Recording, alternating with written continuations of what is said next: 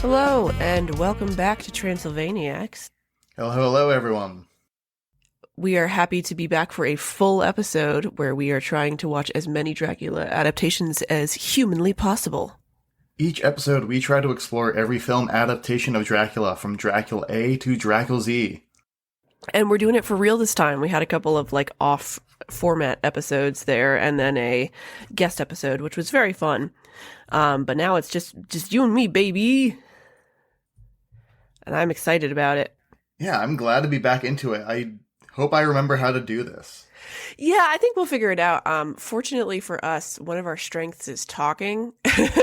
Just like as people, we both individually have bad cases of can't shut the fuck up disease. So that's one of those situations where that's actually a plus. So this week we are actually going to be looking at the 1970 film Count Dracula, which also stars Christopher Lee, although it is not a Hammer film, and Klaus Kinski, who some of you may know from the works of Werner Herzog, as Renfield, and then a whole bunch of people that you've probably never heard of and will probably never see again.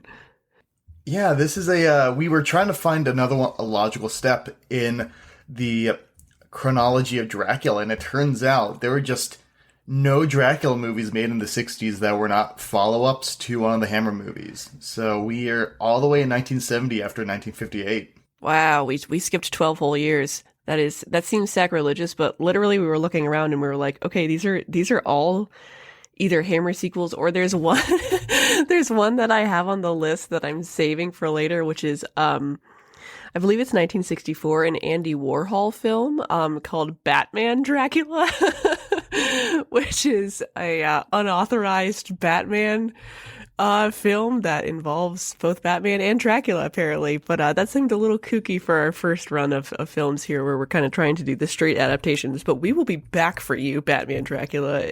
Oh, Jesus, yes. I feel like, Will, you're kind of doomed to do some sort of Batman podcast at some point in your life as well. Yeah, it was fated from birth. You cannot avoid it. Or that, or Frankenstein, or both. Maybe you could do Batman Frankenstein as a follow-up. Frankenbat. That's kind of cute, though. Did you ever read Frankenweenie as a kid? Yes. Holy shit. I remember reading that when I was probably like 8 or 9, and it's scaring the ever-loving fuck out of me, but being completely I don't know why, but it really terrified me. I think there were just a bunch of short stories in there, and I think that also kind of introduced me to the the concept of creepypasta, because at that time it would have been like 2000 or so. And then that wound up being a lot of random shit I read completely unsupervised on the internet, which, didn't damage me psychologically at all. No, you're doing just fine. I'm doing great. I wonder, oh god, now I'm in the mood to read the old Majora's Mask creepypasta, because that's the one that I think everybody knows, and is the one that just utterly terrified legions of children in the early 2000s. That game is distressing enough on its own. You don't need to add in a supernatural element into this. Come on. Right? It was already too much for me to deal with when it came out when I was 10. I think that 3-day cycle contributed to my anxiety issues. Nintendo, you have a lot to answer for. Truly a lot to answer for. I think, comically enough, that was the only Zelda that I played as a child too. I obviously didn't finish it because it's fucking hard. But that was the only one I really have distinct memories of playing, and I enjoyed the masks and that you can change your abilities. I thought that was really fun, but the actual transformation sequence is so fucking scary. I was like, you know what, maybe I could only play it at my cousin's house too, so I was like, okay, so I'll see you at Christmas and we'll play this then. And obviously we never did, because I didn't have any video game consoles in my house. But anyway, yeah, it is a masterpiece, but hard to get through. You know what else is hard to get through? This adaptation of Dracula. Holy you see what shit. I did there? Yeah, that was a very smooth transition. And wow, yeah. Something that will get brought up a couple times in this episode is that This is probably the most accurate and faithful adaptation that we will see, but it is also does not make that a good movie by any means, which is the the paradox of adaptation. Sometimes doing it exactly how the original text is done makes your current piece not good. And boy, was this a slog to get through. So, because this is so faithful, I don't really think we have to do a very strict plot summary because it follows the book pretty much to a T, but there are some important changes that we should discuss. The first third, which takes place in the castle, is pretty much exactly as it goes in the book. But then once we get back to London, again, every adaptation of Dracula, instead of Whitby, is like, I don't know, London, that's where Americans know. Things start to change a little bit. But before we get into that, do you want to give us a little bit of the cast and crew and some production notes on this, Will? Absolutely. The director of this is Jesus Franco. The screenplay writers, and there are like 7 of them. Oh, God. Which is a good sign right away, are Eric Kronke, Augusto Finocchi, Harry Allen Towers, writing the English version of the script, Jesus Franco himself, Dietmar Benke, writing the German dialogue, Miloji Cuccia, writing Italian dialogue, Carlo Fauda, also writing Italian dialogue. Cinematographer, we have Manuel Marino and Maria Luisa Soriano. I assume their specialty is going to be quick zooms, because wow, there are so many in this movie. I pointed that out in my notes. I was like, what is happening? Anyway, keep going. For our cast, we have got Christopher Lee, once again, reprising the role of Count Dracula. Fred Williams is playing Jonathan Harker. Maria Rome playing Mina Murray. Soledad Miranda as Lucy Westenra. Jack Taylor as Quincy Morris. The first Quincy Morris, sort of asterisk. Big asterisk. Big asterisk. Paul Muller as Dr. Seward. Herbert Lom as Van Helsing. And last, but by no means least, Klaus Kinski as Renfield. Whew, okay, yeah. That is quite the lineup there. Obviously, the draw for audiences in this version would be Christopher Lee, because they would be familiar with him from his work on the Hammer series of Dracula films. And at this point, I don't know how much work Kinski had done with Werner Herzog, but when did Fitzcarraldo come out? That was early Later. 80s. Yeah. But I mean, this is around the time where they were starting to collaborate. I think Klaus Kinski had been in other Jesus Franco movies. Oh. But this is probably, and I need to double check this is around the time that I think Aguirre, the Wrath of God was released. Yeah, that came out in 1972. So, like, that would probably be the thing that, if anybody's familiar with Kinski, that would be what they would be familiar with him from. So that was just a couple of years after of this. So I'm not sure that he would have been like a box office draw, but he definitely brings a certain je ne sais quoi to this role. And I saw that on your notes here, you had a fascinating little tidbit about Kinski, eh? Oh yeah, with that I can get right into the production notes and some background information on this movie. Jesus Franco was renowned not for being a great director, but for being a pretty prolific one.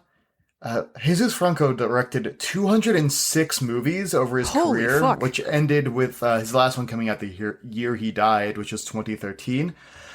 Almost all of these movies are exploitation and softcore porn movies with titles such as Vampiros Lesbos and Sex is Crazy. Vampiros Lesbos is on our list, or on my list at least. I'll add them to mine, certainly. Yeah, certainly. Sex is Crazy is a very funny title. Like, it just makes me think of fucking Carly Rae Jepsen. Like, hey, I just met you. Sex is crazy. Like, what a fucking stupid title for a movie. Anyway. That was, I think, the funniest of a real wonderful collection of titles I could have pulled from. Oh, God.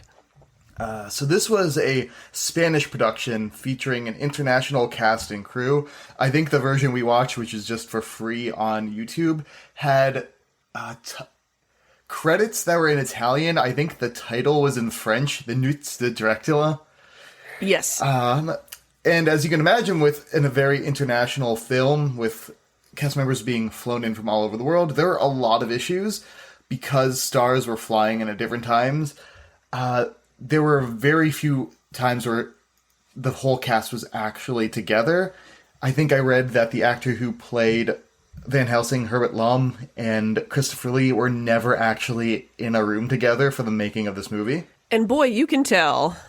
As was the case with a lot of exploitation movies and a lot of Spanish movies, I think, at the time. Certainly Italian movies were like this.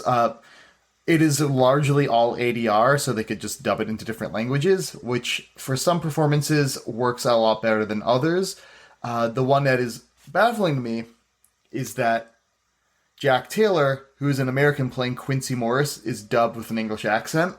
Which is just like utterly maddening. That's probably the most notable difference between the text and this adaptation, is that they replace the role of Arthur with Quincy in name only.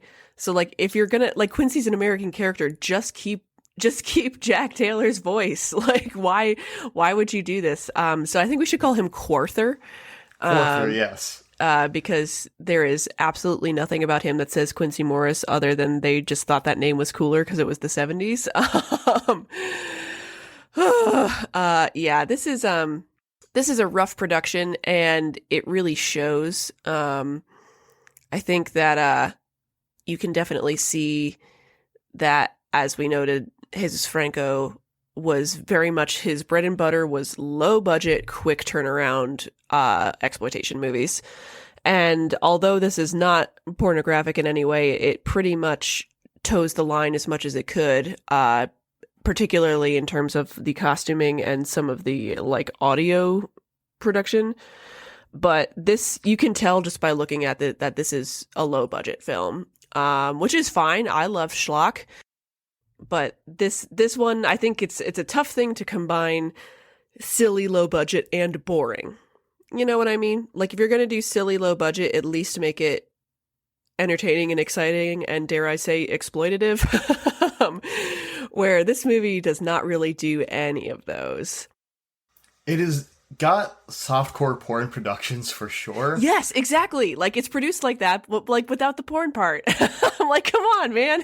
Like, it's like they're taking all the worst things of this genre, and none of the fun, like, saucy shit, which is really annoying. But anyway, a couple of other fun production bits, most relating to Klaus Kinski, who again plays Renfield. He did not like horror movies at all, or Dracula, and was essentially tricked into being in this movie by being sent a fake script that didn't mention who he was playing or that it was a Dracula film, which I think is very funny. And also maybe not true. Klaus Kinski was kind of a nutcase, to be totally honest, and not a very good person. So there's a possibility he's lying about that. But the tidbit that everybody likes to quote about this film is that he actually ate real flies for the role. Again, I don't know if that's true, but I wouldn't put it past him, personally. I don't think anyone's going to hear them be like, no, certainly not. Not a Klaus Kinski. Yeah, exactly. He seems like such a grounded and normal man, and not, aggressive and prone to really violent outbursts and doing banana shit on set. But yeah, that's the fun Kinski tidbit for this, is that he didn't really know the film that he was getting into, because he didn't like horror films, and then said, okay, well, if I'm going to do this, I'm going to do it balls to the wall, and ate real flies. Wow. Although that is disputed by the director. The last bit of production info I have, sort of just some fun trivia, is that Jesus Franco originally wanted to cast Vincent Price as Van Helsing, and after he was unavailable because Vincent Price had an exclusive contract with AIP at the time, Herbert Lom was cast, which is interesting because while watching this, I kept looking at Herbert Lom's performance being like, this feels like a very boring version of Vincent Price. You are completely correct. I did not know that, and I don't know if you heard me like audibly gasp when you said Vincent Price, because that would have been perfect casting. But I can see how he went with diet Vincent Price, and that you are very correct in Lom's performance. You just see shades of that Price delivery, but as milquetoast as possible. Yes, it is very much though we have Vincent Price at home, and it is Herbert Lom. That's pretty good. That's very good. This whole movie is we have Dracula at home. You know what I mean? Like it is. Oh, it wants to sell itself as like the most, faithful version, and this is the Dracula that you've never seen before. And it winds up really just being very soulless, and I think a lot of that can be attributed to both the hiccups in production and the production quality in general. I also didn't realize how many fucking screenwriters were on this, and that also makes a lot of sense as to why one of the major issues with this film is pacing and dialogue. Wow, excuse me, I'm gonna leave that one in. All right. Release the burp cut. Yeah, this film overall starts out boring but engaging enough, and as it goes on, really falls apart, primarily in terms of the pacing. And there is just no sense of urgency from anyone. The acting in this film, with the exception of Kinski and Lee, is so flat that you would, to quote our friend Chris, like it would be like Romeo and Juliet delivering his last monologue to Juliet's dead body by just saying, "Oh, I spilled the milk." Like everything is so there is nothing behind a lot of this. And for what has been described as an exploitation film, that doesn't make any sense to me, and results in a final product that is really kind of strange to watch. Again, because it's so low budget, my primary note, both with the ADR and the fact that it's shot like it's shot almost like a sitcom, is that this looks like a knockoff episode of Columbo. You know what I mean? Like it looks like they made Columbo with a fifth of the money that they had, both in terms of like the sets and the costuming, and then just like put it on public access TV. It's really as made for TV as it gets. And I don't hate it, but I wish there was like a little something more to be working with. You know what I mean? Yeah, I feel like part of that also has to do with the fact that we watch it on YouTube. We can put a link in the description for you guys. It is cropped for TV, so we're getting in a square aspect ratio, and I don't think that widescreen was going to improve it very much at all, but we are definitely getting an edited version of this movie. But the quality is also pretty rough, and so there are scenes where I can't tell if it is trying to go for something kind of weird and psychedelic, or if it is just like a very low rip. You also making that Columbo comparison, I'm just so upset there's never a version of Dracula with Peter Falk as Van Helsing. It just oh my god, yes. Yeah. That would have been amazing. Yeah, I think at some point we should do like a Dracula fan cast, like non-Muppet edition, just all-star ranking Dracula, just putting together our dream team. That would be amazing. Our dream Dracula. Hey, maybe we can still sneak a Muppet in there. Because I'm very attached to Raul Julia as Dracula now. But we should do one at some point, maybe as like a little, like on our next mailbag or like a mini episode. Oh yes, where it's all living actors and then all actors like from any time. Because I can't get Raul Julia Dracula out of my head, especially after seeing the 90s Street Fighter movie where he's M. Bison, and he is committed to the bit, my man. What a performance. Truly one of our greatest losses for actors. A professional to the very end. Truly. Yeah, so as you can imagine, there are not a lot of contemporary reviews for an international schlockhouse movie that was released, I would imagine, to the seediest of theaters in 1970. But Robert Fershing, a critic writing for the New York Times in 2008 for a retrospective, wrote, "This doggedly faithful adaptation is plodding and dull. Even Christopher Lee, in an uncharacteristically weak performance as Dracula, Klaus Kinski as the Mad Renfield, and 7 credited screenwriters cannot make this confused, distant film worthwhile. Franco appears as a servant to Professor Van Helsing, and though certainly literate, the film nevertheless fails as both horror and drama." I have a bone to pick with what he's saying about Lee as Dracula, but I think otherwise this feels right on the money. Critic Jonathan Rosenbaum, in writing about another movie, I have to find the title of it, but there is a Spanish director who made a documentary that incorporates footage from the making of this film, and in writing about that movie, which Jonathan Rosenbaum likes quite a lot, he describes this one as one of the world's worst horror films. Oh, ouch. Okay, I don't know if that's true, but like, one of my favorite things about doing these episodes is hearing the like increasingly petty and bitchy reviews.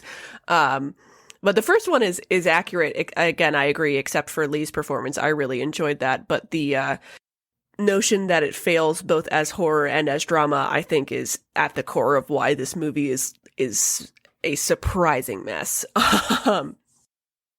So in terms of like the changes, because again, this markets itself as the most faithful, our main one again is that Lucy is engaged to Quincy Morris instead of Arthur. However, Quincy is just Arthur, including being dubbed as English, which is so unbelievably stupid to me.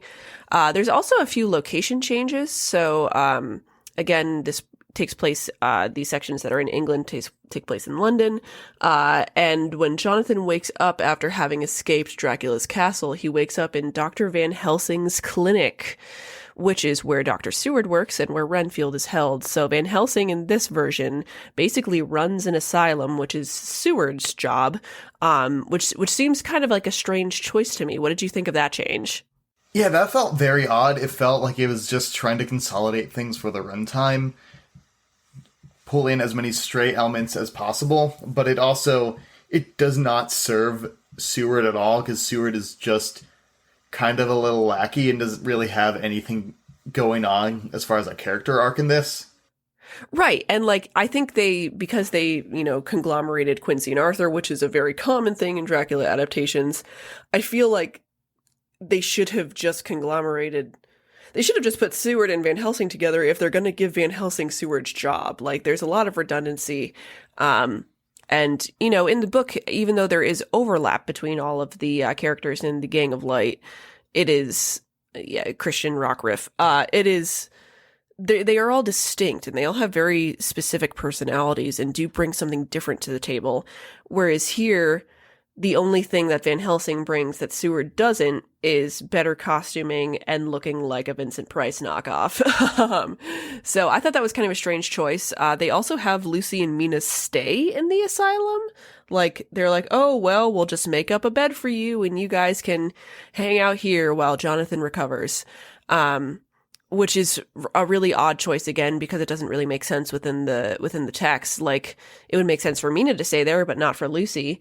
And I like the idea that, I don't know, there were just some kind of like odd choices in terms of what they changed and what they didn't, Yeah, absolutely.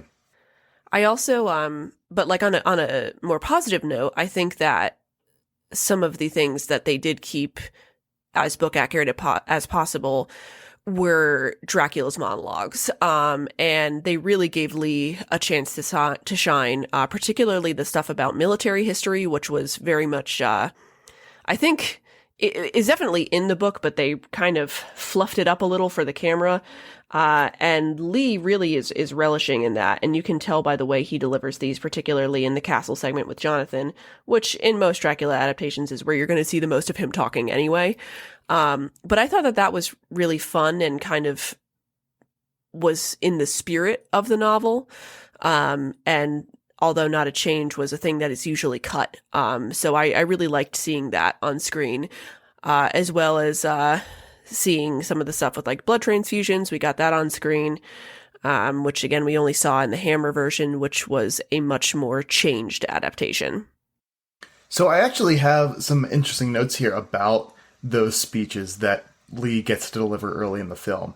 With all 7 of the screenwriters, none of them actually added those in. Lee actually was the one who snuck those lines into the movie. Oh, really? I love that so much. Yes. I have a quote here from Christopher Lee in an interview with M.J. Simpson. "I did at least manage to get a bit of one of those great speeches in. Because I insisted. And I did at least. And I think it's the only time it's ever happened. Portray the character exactly as Stoker described him." You can see that for sure. And I think that this is one of perhaps the most book accurate Dracula that we're going to see for a while, both in terms of acting and in appearance. Like you get the kind of fun stuff that you will see a little later where he starts out with white hair and looking older, and as he feeds and the film goes on, he winds up looking much different. But this Dracula looks like he's described in the books, as opposed to some other adaptations. Most notably, the Bela Lugosi version looks nothing like the books, but has become kind of the standard for what Dracula looks like, which I think is kind of funny. Yeah, and it's great because it means we actually get the Dracula stash, or the Drac stash in this. The Drac stash, finally. He rocks it too, by the way. Like, Christopher Lee looks great in this movie. He is carrying the whole thing. Again, a pattern that we're seeing as we watch these is either you have a good movie with a bad Drac or a bad movie with a good Drac. And this is definitely a bad movie with a good Drac, in my opinion. We can talk a little bit about his performance if you like, but I thought that he really carried this film. There was a stoicism about him with this current of intensity underneath that I think he brings to most of his roles, that I thought was really exciting to watch. He's very commanding when he's on screen. In particular, the way that he monologues really reminds me of his later performances as Saruman. And I think anybody who's seen the Lord of the Rings movies who watches this is going to see that as well.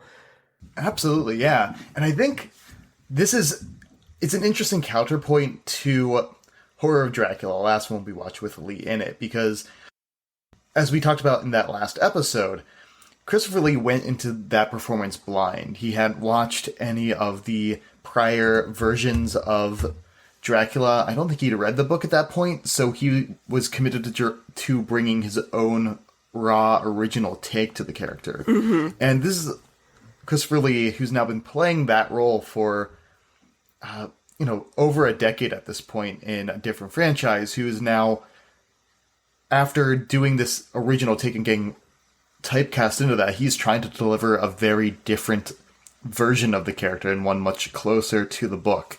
And I've read in a couple articles, and I don't know if this is corroborated, but he did say that he thought this was his strongest performance as Dracula. That's really interesting to me. And you can kind of tell, and again, I haven't seen the sequels to the Hammer Dracula films, but you can tell that he's much more invested here. And that might just be due to the fact that he has substantially more screen time. But this really feels like a passion project for him, which is kind of funny considering the nature of the production of this film compared to the Hammer ones. Like, they're very different types of exploitation. You know what I mean? And the Hammer Dracula got a lot of press, and did really well financially. I'm not so sure about this Dracula. I think it kind of has flown under the radar. So I really enjoyed watching him on screen, and you are correct that he was trying to break out of that typecast mold that he had been put into, which we also see with Bela Lugosi later, although Bela was less successful. It kind of makes me sad, all of the really great actors who wind up playing Dracula just get that role over and over again, which is kind of lame. I'd like to see them be able to have one good performance and then move on to something else instead of just being like, hey, can you do that again? I was going to say, in terms of the other performances in this film, Klaus Kinski is going to be our runner-up in terms of bringing it. Renfield doesn't have a ton to do in this movie in terms of actual delivery of lines. But Kinski, much like Max Schreck, I think has been known for his physical acting. And he brings an intensity to this, which is really visceral to watch. This was a very sad Renfield. And another change from the novel is that they give him a backstory, which I thought was interesting, in that he had a daughter who was killed by Dracula. And afterward, he went insane. So to run into Dracula again later kind of gives him a little bit more motivation than just like, yeah, he's the crazy guy next door. He seems useful. The other big change with Renfield in this is that Kinski gives him a non-verbal performance. It is all just through body language and him moving about his cell. You do hear him kind of yelling and howling, but never actually see him. It's always when he is offset, when he is off screen. You can hear him screaming in the background, but you don't actually ever see him screaming in frame. In frame, he's always kind of sulking and just moving around, and it is a great performance.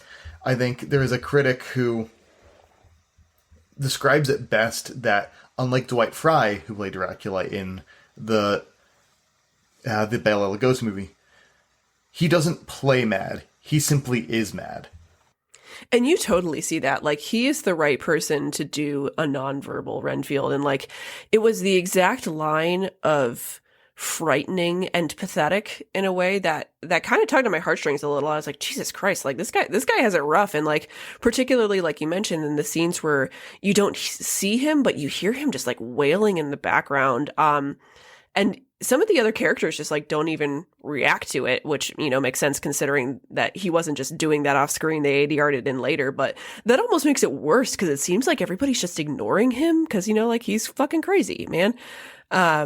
So this was really, really interesting to watch, to see his very physical and emotional performance without lines compared to Lee's very theatrical, stoic monologuing, and that the two of them are the ones who carry this film performance-wise. I think they run the gamut of acting, particularly in the 70s. You kind of had your holdovers from the classic theater days, and then your beginnings of more experimental stuff, which is what Kinski was doing.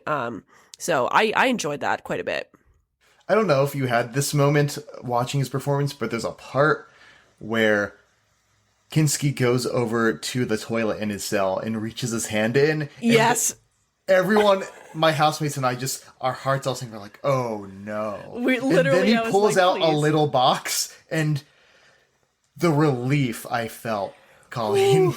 Oh my God, same. I was watching this and I was like, please don't take your own shit out of the toilet, Klaus. Please don't do it. Because if somebody's going to do it, it's going to be you.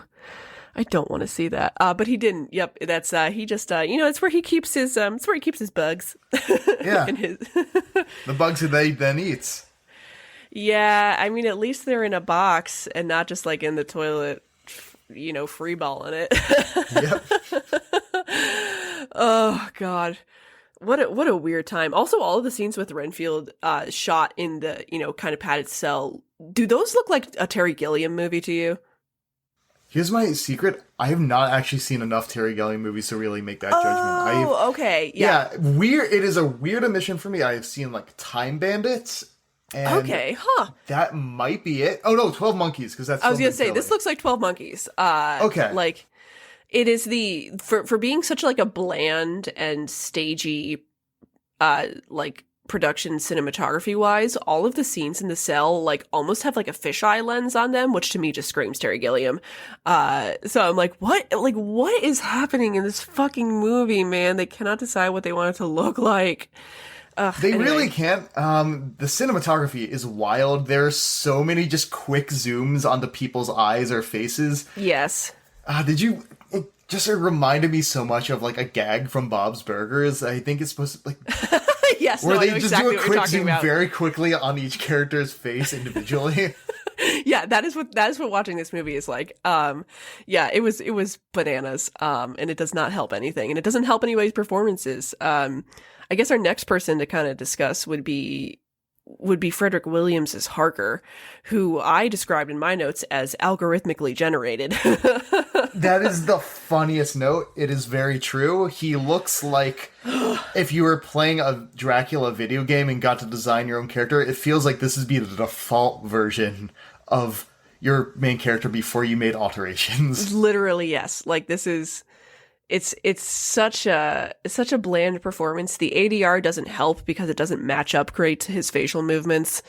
That's boring. Maria Rome is Mina. unfortunately very boring. I'm really waiting for another good Mina. It's probably going to be a while before I get one, but she was not great. And then Paul Muller, Seward didn't have a lot to do. Jack Taylor, Quincy didn't really have a lot to do. Again, Quarther, if I will. Quarther. And then I think the other two people that I want to touch on are Soledad Miranda as Lucy and then Herbert Lom as Van Helsing. So Soledad Miranda was interesting because this is kind of the second movie in a row with Christopher Lee where we've had a better Lucy than Mina. She didn't have a ton to do and she wasn't great, but honestly, I enjoyed watching her, and it may be as simple as the fact that she's unbelievably beautiful. Yes. Holy cow, go ahead. Yeah, I love she's wearing this like winged mascara through the whole thing. There are just scenes of her where she's supposed to be getting in and out of bed with just like a clear full face of mascara of like and makeup, like very 70s makeup. It's amazing. Oh yes. So yeah, in general, the costuming in this, particularly for the women, is very 60s leftover. And like it's the 60s as vintage, which is a very specific look. And you can always tell when you see it. Because all of the women in this have like super winged eyeliner, like Audrey Hepburn Twiggy eyeliner, and then kind of like big teased hair, but over these like long Victorian nightgowns, except for Lucy, who is in a sleeveless nightgown, which, obviously would make sense in the time period. But yeah, like it kind of sucks. I wish she had more going on. But I enjoyed watching her again, mostly because like she's stunning. She was in a lot of Jesus Franco's films. She's in Vampiros Lesbos. But she's also, like, tragically, she died at, like, 27. Like, she was very young in this movie. Yeah, I mean, like, she did a good job with what she was given. I wish that her ADR was less porny. Every time that Dracula feeds off her, they fully put in, like, horrible, breathy moaning over it, and it just sounds horrible because you can tell that she's not doing it on screen, and it is just like the laziest, shittiest ADR. They're really trying hard to make it sexy, and I'm like, you don't have to do that. Like, we're watching her and Christopher Lee. Like, they're the only people in this movie that have like a fucking ounce of chemistry. So like, you don't need to make this worse. Yeah, but she really has the like 60s doe-eyed sex kitten thing going on, and like, I'm a simple woman, like I see a big hair. Much for us. It doesn't take much. We're easy. And then again, Herbert Lom, who was our diet Vincent Price, which is, I think, how you can summarize his performance pretty succinctly. Can I talk about some of the stranger choices with this production with you? Please do. I would love to hear about it. All right, in the beginning, we've got when they're going through the Borgo Pass. It is just covered in smoke. As one of my housemates phrase it, I've been to hot boxes with less smoke. Oh, that's correct. 100%. Like your housemate's right. I think there's some monkey sounds thrown into like the animal mix at the Borgo Pass also, which is really funny. I don't think they intended it to be, but it is. One of the reviews I saw described it as being one of the scarier interpretations of the Borgo Pass. I'm like, my man, he's got like jungle sounds in the background. What are you talking about? Oh god, they just like, we're this contemporary. They downloaded like junglenoise.mp3 off royalty-free soundeffects.com. It's so goofy. It's so fucking silly. We've got German Shepherds standing in for all of the wolves in this movie. Hilarious. Which, if you're a cheap production, I get it. It is probably a lot easier to get some German Shepherds than it is to get wolves, but, I mean, maybe huskies. I don't know. If you're gonna go with something that looks more like a wolf. Instead of just like a dog. Like, that's just somebody's dog. Can I talk about the funniest scene in this movie? Oh, yes, please. And I think I know exactly the scene you're talking about. When we've got Quarther and is it Van Helsing at the point when they go into Dracula's lair? Oh my god. There's a scene where Dracula isn't there, but he has a chamber filled with taxidermy animals that I guess kind of just like turn towards them or Oh my maybe God. come to life. It's not really clear. It's not clear. But there's just like there'll just be like an up close shot of the face of like a taxidermied ferret that there's clearly like a PA like just below the camera kind of clumsily turning it towards the camera, and then it cuts back to the two guys in the Gang of Light looking very scared. It's so fucking funny. Like at one point, I think I can't remember if Harker's with him, but at one point somebody like pulls out a crucifix just to be like, "Oh God, help me, not the taxidermied fox." It's like, it's so silly, and they want it to be scary so bad, but like it is just fucking goofy, man. The taxidermy was again really the highlight of the bizarrely boring last third of this film. There is no sense of urgency at fucking all in the climax of this movie. Like the final confrontation between Van Helsing and Dracula is so I think Harker's there at that point too, is so boring. They basically just like open up his coffin and set him on fire and then just kind of like stare and watch, and then the movie ends.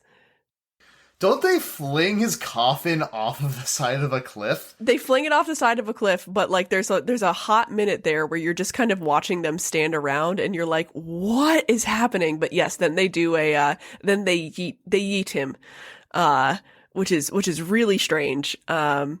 And I think they wanted that to be the like climactic moment, but like at that point, everybody watching is like, what the fuck is going on?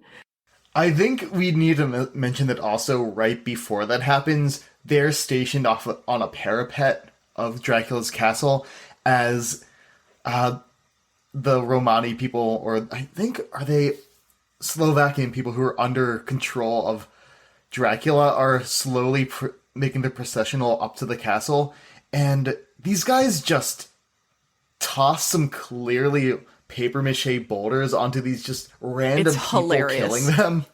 It is such a bizarre choice. Like every time you could do something in this movie that would be interesting, they do the weirdest possible thing. Also, that whole section of just like the slow, like march, they just keep cutting back to it like over and over again, and I'm like, why? Like, why are we watching this? Yeah, in the book, this is an urgent chase back across nations and across the ocean, and God. it is rendered so painfully slow in this. There's no urgency in this chase at all.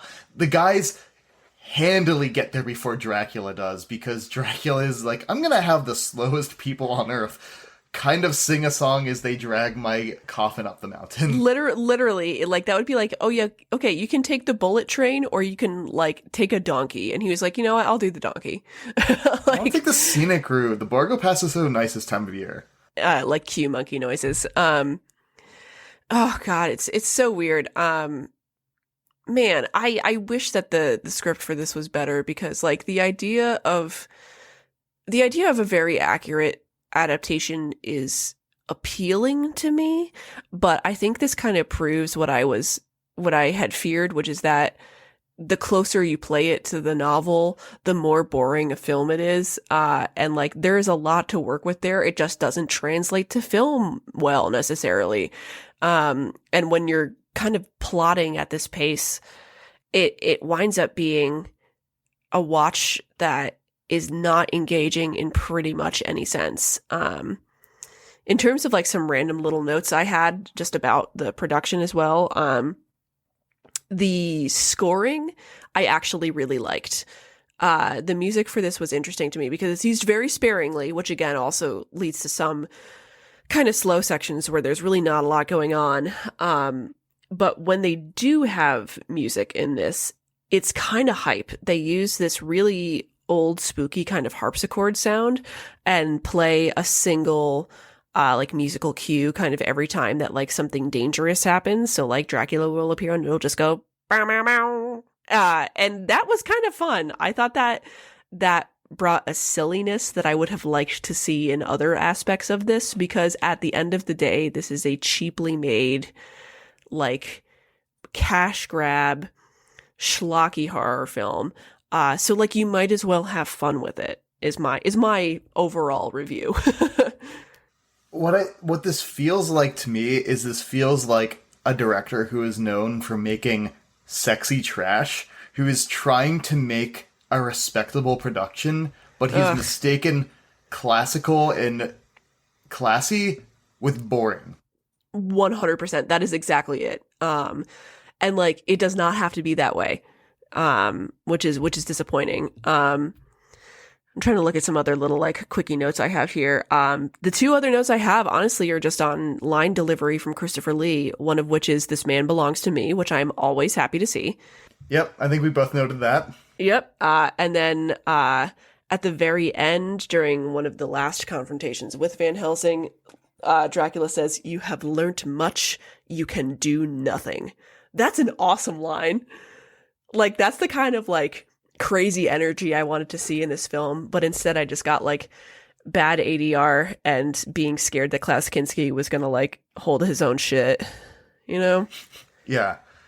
That was absolutely the most nervous I was in this movie. I like that you watched this with your housemates, though. That's funny. Yeah, they've not seen a lot of movies from the 70s, and now I am terrified that this is just what they think they're like. I mean, like, they're kind of like, obviously it's not very accurate to movies in the 70s, but it is a little accurate to movies in the 70s. Like, there's a very specific look. Like, you should show them. Listen, Will, you have to sit them down and be like, okay, now we're gonna watch Columbo. Which I know it's gonna happen. It's gonna happen. You have no choice. Can I say the one thing that really shocked me is just because I've seen a lot of exploitation movies from Sarah. I've seen a lot of movies from the 70s, and you know what they both love? Tits for the sake of tits. And it was so weird to me that this was like surprisingly chaste. Yes, exactly. And that's why I'm like, okay, why would you make this all of the production like this so intentionally sexy and then skip the actual sexy? I was surprised that there were no tits either, considering who made this, who was in it, and the source material. Alas. But yeah, that was surprising to me. Also, like, again, a lot of so I've noticed that some work from like the mid to late 60s has a similar look set wise, like the really kind of sparse, like painted sets. Have you ever seen The Prisoner? Yes. A lot of this looked like The Prisoner to me, which is from the 60s, and has this kind of like intentionally mod, like pseudo-futuristic look to it. And I don't know if they were going for that on purpose in this movie, but that's what it came across as. And it makes the whole thing seem very surreal, especially because it's supposed to be a period piece. And in some of the ones we've watched previously, we wound up with really wonderful, lush sets. So to see this very, very grayscale kind of like shittily, like it's got the landlord paint job aesthetic. You know what I mean? A low blow, but I'm not wrong. I think earned. Thank you. But yeah, that's kind of what I got for this. This was disappointing, but it was nice to see Christopher Lee actually get to do Dracula in a Dracula movie. Yeah, I love getting at least one bright spot in an otherwise really weak movie like that. It's great having something that clearly shines. Right. So where do we put our this interpretation of Dracula in terms of Christopher Lee? Where do we put this in our grand ranking, Will? I was thinking about this, and I feel like, and maybe it's a cop-out, and I don't care if it's a cop-out, I feel like I want to put him on the same line as the other Christopher Lee Dracula, because I feel like you're getting two ends of the spectrum. One is a very raw, dangerous Dracula, but we're not getting very much of this, and this is an older, very classical Dracula, and I think they're both great performances, and I think they go hand in hand. I am actually completely in agreement with you there. I was really struggling. I'm like, I don't know if I would like put this above the Hammer Dracula, just because like I feel like I have less to work with Hammer Dracula, but like it was such an interesting performance, and I think that you are utterly correct that they should be on the same level. And watching them back to back, I think, was actually really fun for this podcast. Yeah, I was a little sad at first that we couldn't find anything from the 60s, but getting two lead performances that are so wildly different sequentially was really nice. I am completely in agreement. And you know what? We'll be back to the 60s when we watch fucking Batman Dracula if I'm able to find it. I'll start looking. There's also, I will say not for nothing, there's an actual real like animated Batman Dracula that I'm sure I will make us watch at some point. Oh yeah, I had assumed that anything animated that you will be forcing me not at gunpoint to watch, because I will watch animation anytime. Oh man. So I would also put this Dracula in terms of our like I can't remember the way you would describe it. You know, in video games where like you have the like pentagram of stats. Yes.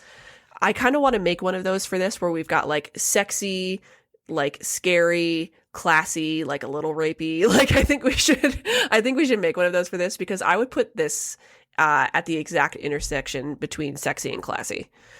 Because he did bring almost more sensuality to it than he did in the Hammer version, particularly in his scenes with Lucy, but much more of the suit and tails Dracula. Yeah, I think I'm leaning more towards classical than sexy for this one, because I feel that's like valid. In his last performance, he was kind of going with with kind of a raw, feral energy. But I think this one, yeah, I'm leaning more classic. I accept that. I think that is very acceptable. I have to figure out what the name of those like stat chart things are now, though. And then we have the reading of each other's notes. Would you like to go first, Will? Yeah, I think my favorite note by far is this Harker is like algorithmically generated. Thank you. The second I saw him, I was like, that man has like the moment he opens his mouth, I was like, oh god, not only is this ADR'd, but he has like literally, if I asked AI to be like, draw me a man from 1970, they would show me this man. But thank you. I appreciate your choosing of that one. I think for me, my favorite note of yours is got to be all caps, mutton chops. Because like you're right. Yeah, there's a character that is introduced so Jonathan can have somebody to talk to in the beginning of the movie who just has the best mutton chops I've ever seen on film. They are prolific. He's not in the movie for much longer than just like one carriage ride, but my god, this man's chop acting, incredible. We always wind up with some really kooky facial hair in these movies, particularly these older ones. So we'll have to do like a roundup at some point of like the craziest hair we've seen so far. This is like, again, we're just going to bring up Columbo in this in every episode, but this, like, I have this rule that every time I watch an episode of Columbo, I'm going to see one, the most gorgeous woman I've ever seen in my life, and two, a man with the craziest hair or hairline in existence. Yes, exactly. And that kind of works for this, because like Soledad Miranda is gorgeous, and those mutton chops were extreme, to say the least. And then I think it's your turn to read the tweet this week. Yeah, this brings us to the tweet. This one this week comes from @ZeroSuitCamu. Drake voice. Last name Dracula. First name Mrs. Come over here so I can give your neck some kisses. That's a good one. That's very good. I also love their username, ZeroSuitCamus. That's pretty good. Oh man, but also like, yeah, you're right. That is Christopher Lee in this movie. By a mile. Well, thank you guys for joining us back on our bullshit here. We look forward to seeing you next time. I'm not sure what we're watching next, but it will definitely be from the 70s. It might be the 1974 Dracula, which will also be bad. Yeah, Danny Curtis's Dracula. Yeah. That's likely what's next. But no promises, just because I've learned that the more you say you're going to do something, the more likely shit is to go wrong. So we promise you nothing. Haha. Well, thanks, guys. We'll catch you soon. Bye.